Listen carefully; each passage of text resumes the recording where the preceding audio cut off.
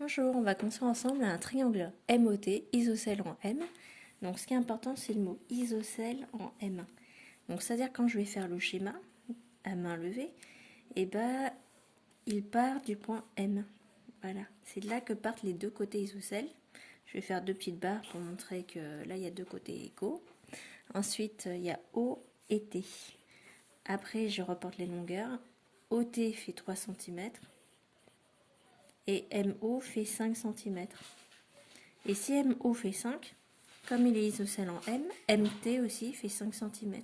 Mais je ne vais pas réécrire 5 parce que j'ai le codage, les deux petits traits là, qui montrent que ici j'ai 5 et là j'ai encore 5. Voilà. Alors ensuite, ce qu'on va faire maintenant, c'est... alors quand le triangle est isocèle, en fait, on a intérêt à commencer par la base. Et la base, en fait, c'est OT qui fait 3 cm. Donc, je vais commencer par tracer OT.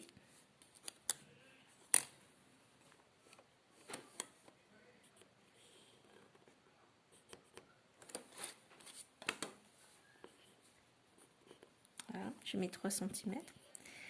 Ensuite, ce que je fais, c'est que je vais avoir le point M qui est à 5 cm du point O. Donc, pareil que tout à l'heure, je vais chercher 5 cm.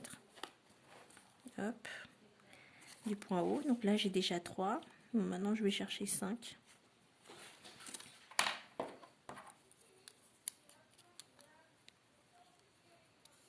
Donc, ça veut dire que de là à ce point-là, j'ai une distance de 5 cm. Je prends le compas.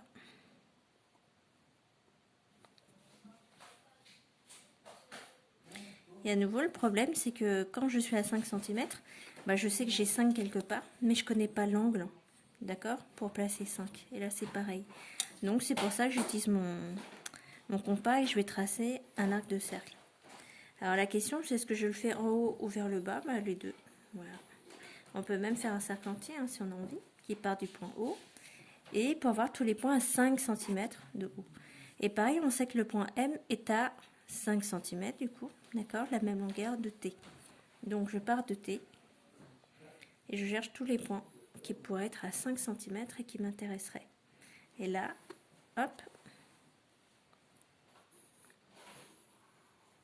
on a un point, deux points d'intersection, c'est-à-dire deux possibilités pour le point M. Donc je vais appeler M1 la première possibilité et M2 la deuxième. Et du coup, maintenant, hop, si je relis, j'ai un triangle qui est isocèle pointé vers le haut.